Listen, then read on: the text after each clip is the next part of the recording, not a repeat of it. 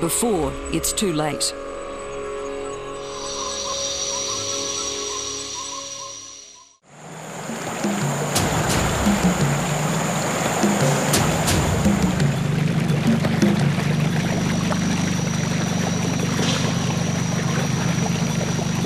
It's no easy task finding wild orangutans, even if you know where to look. The Orangutan Rehabilitation Centre is at the southern end of Kalimantan. To observe wild orangutans, Chris Warren has to travel for 2 days across the equator to the northern hemisphere, then trek for hours into the rainforest.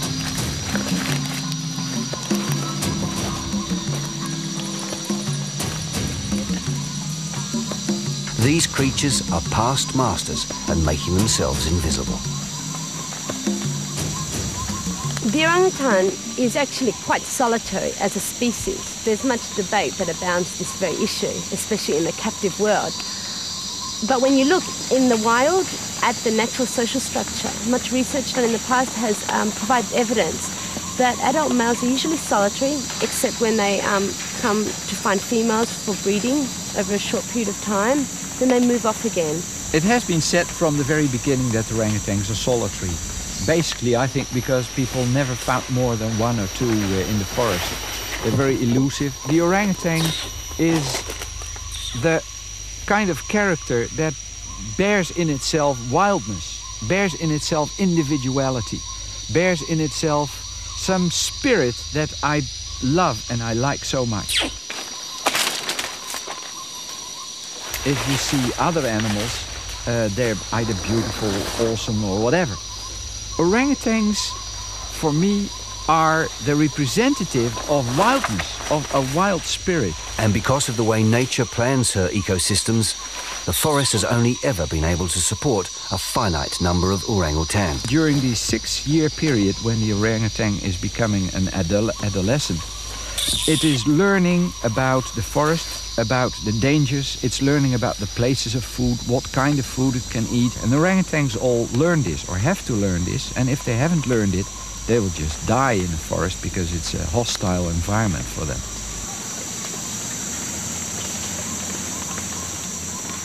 But for the past 25 years, the hostility has been coming from outside, invading the jungle, eating the jungle away.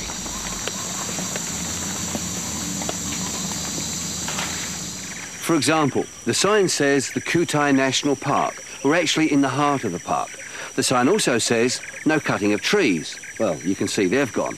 It also says no hunting, no settlement, and the land shouldn't be used for agriculture. See for yourself, there's a banana plantation.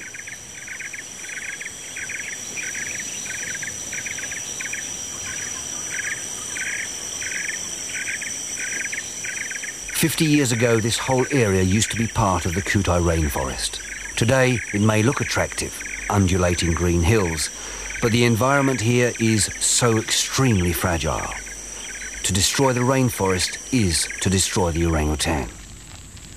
Before the forest disappeared, this whole area was under the cover of giant trees. Today, this land, this air, this environment is a good 10 degrees hotter than it was 50 years ago.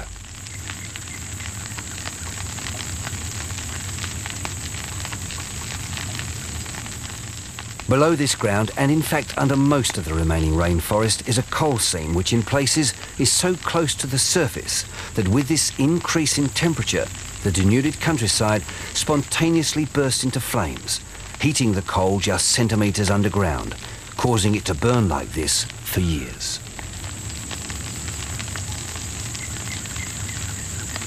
It is destruction like this which is causing grave concern to another group of people who are fighting to save the orangutan. Laurie Perkins is the world stud bookkeeper and works at Zoo Atlanta in Georgia, USA. Well, being the stud bookkeeper for the orangutans involves keeping track of all of the events in the population worldwide.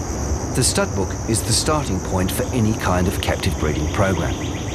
While there are those who are fighting to save the orangutan in the wild, there are hundreds of people around the world fighting to ensure that the captive apes are managed properly, so that if disaster strikes the jungle population, the world will never be without these endangered creatures.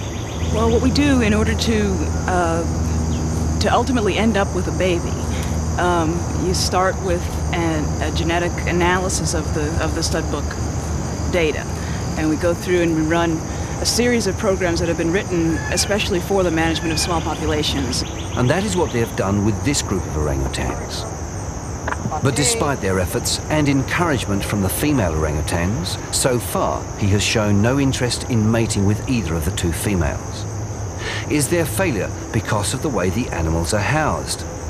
There is a huge debate about whether the orangutan is a solitary animal or whether it is a social animal. We know that orangutans generally live a solitary life, coming together only in times of plenty to feed or to mate. But the male orangutan is more solitary than the female, and perhaps this one just wants to spend some time on his own. Perhaps he's just too used to having two females hanging around. Across the other side of the world, at the Perth Zoo in Australia, the orangutans are housed quite differently.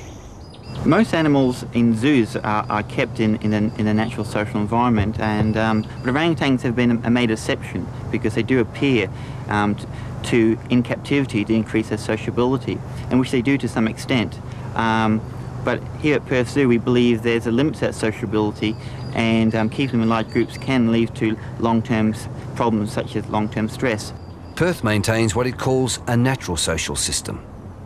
These animals are housed individually or in groups of 2 or 3. The only time the adult males are housed with the female is when they're mated. And because of this, Perth Zoo has an amazing record. Out of the 902 orangutans in zoos around the world, there are only 5 over the age of 40. 4 of these live in the Perth Zoo. This is Mauis. At 55, she is the oldest orangutan in captivity, possibly the world. This is Puan. At 40, she is about to have her 11th child.